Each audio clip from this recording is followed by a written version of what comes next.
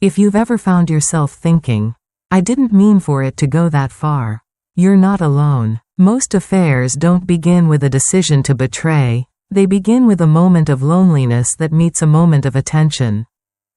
How's your day, from someone who feels easy. A late-night message after a long shift. A drink after work that becomes a ritual you'd rather not explain. In Boston, a consultant on back-to-back flights tells himself it's harmless to vent to a colleague who gets the pressure. In Lisbon, a new mother scrolls WhatsApp at midnight and finds a kind voice in the quiet. It looks different across places and seasons of life. But underneath, it's the same ache, needs that weren't named, boundaries that weren't built, repair that didn't happen soon enough. Tonight, I don't want to shame anyone. I want to give names to what is often unnamed. Because when we can name it, we can navigate it. Think of this talk as a map. Early warning signs so you don't drift. Everyday boundaries that protect what you love in a world of constant connection. Small rituals that make home feel safe again. And, if things have already gone too far, a 30-day plan to begin real repair. Let's start with why it happens. Not the excuse, just the pattern. Affairs aren't about finding someone better, they're about better moments meeting unprotected needs. The needs are human. To be seen after a hard day, to be touched without earning it, to speak and not have your words turned against you. When those needs go unmet at home, and life piles on, different schedules, work travel, exhaustion, our guard slips. We stop turning toward each other's little bids for connection. Look at this meme. One of you says in the kitchen, the other mumbles. Later, without looking up, 1,000 tiny laters become a canyon. There's a helpful way to notice where you are on that slope. Imagine a traffic light for your marriage. Green is when you still flirt in the hallway. When you say thank you for taking out the trash. When you debrief the day with phones face down. Yellow is the danger zone. You're venting about your spouse to a coworker you find attractive. You're hiding notifications to avoid drama. You're having conversations after 10 p.m. you wouldn't read out loud at your dinner table.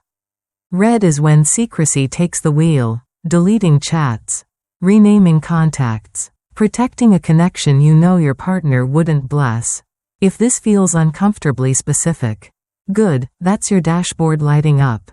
It's an invitation to act now, not after the engine fails. What does acting now look like in real life? With American busyness and European after-work culture and all the digital noise we live in? It looks small and consistent. One of my favorite tools is what I call the daily 10. 10 minutes tonight, same time every day if you can. Sit on the couch or the edge of the bed. No phones in the room. And ask each other 5 things. What stressed you most today? Where did you feel proud? Is there something I can do to make tomorrow easier? What's one thing you appreciated about me today? And can we end with a 30-second hug? It's simple, but it builds a habit of turning toward. It tells your body, home is the first place I bring my real life. Another tiny shift is using halt before hard conversations. Don't launch into a complaint when you are hungry, angry, lonely, or tired. Feed the body. Take a breath. Send a quick, I want to say this well, can we talk after dinner? Message. Across cultures, this matters. In the US, where many couples patch evenings together around kids' sports and irregular shifts. Halt keeps you from using the last fumes of willpower to wage another battle. In much of Europe, where after-work drinks are part of connection, halt helps you recognize when that second pint is just masking an empty tank. Now, boundaries. If there's one confession I hear again and again, it's this. I wouldn't have cheated if I had understood that boundaries are a form of love. Not restriction. Digital boundaries first. Keep your private messages something you could read aloud without flinching. If a chat turns personal late at night, say, hey, it's late. Let's pick this up tomorrow. Or, I keep marriage stuff for home. If you have an ex in your digital orbit and there's no co-parenting reason to stay connected, mute or unfollow. You're not rude, you're responsible. If your partner says, "This thread makes me uneasy," treat that as a smoke alarm, not a debate prompt. You don't have to hand over passwords like a prison warden. But you do need a culture of transparency. Here's who I'm spending time with. Here's what we talk about. Here's why you can trust me. Work boundaries next. It is fully possible to be generous with colleagues and loyal to your spouse. A practical rule: don't drink one-on-one with someone you could be attracted to. Especially when traveling. On business trips, a big feature in the US, and increasingly common across Europe, make a 5-minute video check-in at the end of the day. Not because your partner is a detective, but because your relationship deserves front-row access. It helps the person at home replace catastrophic imagination with a real face and a real plan. Here's my morning meeting, I'll text you after lunch. Emotional boundaries might be the most important of all. If you're carrying resentment, take it to the right places. A therapist, a trusted friend of the same gender who roots for your marriage. A faith community or support group. Don't make the person you're drawn to outside your marriage the keeper of your secrets. When a chat starts to cross that line, try a script like, "I value our work and I'm trying to keep my personal stuff at home." Or, "I noticed I'm sharing more than is fair to my partner. I need to pull that back." You don't owe anyone your vulnerability at the cost of your marriage. Of course, boundaries only help if you have ways to repair when you inevitably bump into each other's edges. I love a simple weekly ritual called the State of Us. Choose a consistent time. Sunday late afternoon works for many families in the US, in parts of Europe where Sunday dinners run long. Try early evening. Sit down for half an hour. Start with logistics so the week doesn't ambush you. Kids' schedules. Bills. Who's got the tougher workload? Then say 3 specific thank yous from the past week. After that, share one stress you're bracing for and one thing you need. "I'm presenting on Thursday, I'll be tense. I need a quiet Wednesday night." End with something fun on the calendar, a midweek movie at home. A walk around the neighborhood. A coffee date before school drop-off. When couples do this for a month, they fight less and repair faster. Not because they're suddenly perfect communicators, but because they have a place to put the hard stuff before it spills. And when you do fight, because you will, start soft and be brief. Try, when you answer DMs in bed, "I feel pushed out. I need a phone-free bedtime." If you feel flooded, take a 20-minute break and actually calm your body. Step outside. Breathe in for 4, hold for 7, out for 8, then come back and say, "Thanks for waiting, I'm ready to keep going." These small moves sound almost too simple until you try them and realize they're the difference between a fire that burns the house down and one you can contain. Now, if you're listening with a tightness in your chest because the line has already been crossed, or nearly, take a breath. There is a path. I often guide couples through a 30-day reset, and you can begin it tonight. Week 1 is about safety and clarity.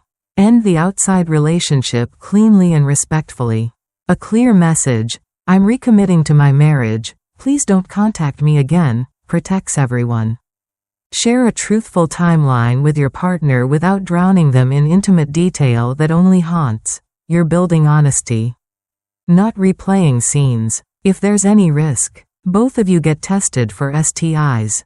Decide together what transparency looks like for the next 90 days. Phone habits. Travel check-ins. Social boundaries. The person who strayed should lead on this. Not as punishment, but as repair. Week 2 is for understanding the roots. Not, "You made me do this," but, "Here's where I didn't speak. And here's where we didn't listen." The one who betrayed writes an accountability letter. "This is what I did. This is what it cost. This is how I plan to rebuild trust." They ask, "What would help you feel safer this week?" and they don't argue with the answer. If you can, involve a therapist. In the US, many companies offer employee assistance programs that make short-term counseling accessible. And across Europe, your GP can often refer you to local services or community clinics. Week 3 is for connection. Schedule 3 guided conversations. At home works if a therapist isn't available. Talk about fear, not just facts. I'm afraid I was replaceable. I'm afraid I can't ever relax again. Put your values back on the table. What do we want to feel like on a Tuesday at 9 p.m.? What kind of parents, partners, neighbors do we want to be? Mark the turning point with a small recommitment ritual. Some couples write 3 promises on a card and stick it to the fridge. We will do the daily 10. We will choose bedtime over scrolling. We will tell the truth quickly. Week 4 is for future proofing. Pick 3 shared values to steer by. Family. Respect. Play is a great trio. Put the state of use in the calendar. Book a real date within 2 weeks. It can be a picnic in a city park in Amsterdam. A bookstore wander in Dublin. A coffee on a cold morning in Chicago. Every 2 months, plan a mini retreat. Half a day together without friends or coworkers. Phones on airplane mode. You don't need Tuscany or Tahoe to heal. You need consistency and intention. Alongside all this, care for the person who's hurting. Sleep, eat, move your body, and keep 1 or 2 close people in the loop so you're not grieving alone. And if you're the one who did the harm, remember that your partner's emotional waves are not attacks to defend against, they are injuries to tend. Say, I hear you, I caused this, I'm here, and then prove it quietly over time. Before we close, let me give you a few pocket phrases you can use this week. When your colleague slides into late-night intimacy, try, I'm keeping my personal life at home. Let's chat tomorrow during work hours. When you need a reset with your spouse, I want to do our 10 minutes tonight, I miss you. When temptation whispers, text your partner first. I'm not okay today. Can we talk for 5 minutes tonight? Protect your marriage like a home. Lock the doors with healthy boundaries.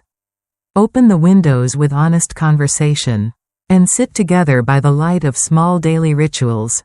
If you take only 3 steps tonight, let them be these. Do the daily 10 before bed. Write down 3 digital and 3 work boundaries you'll both honor and stick them on the fridge. Put 1 date on the calendar within the next 14 days. Those aren't dramatic moves, but they are the kind that change the story.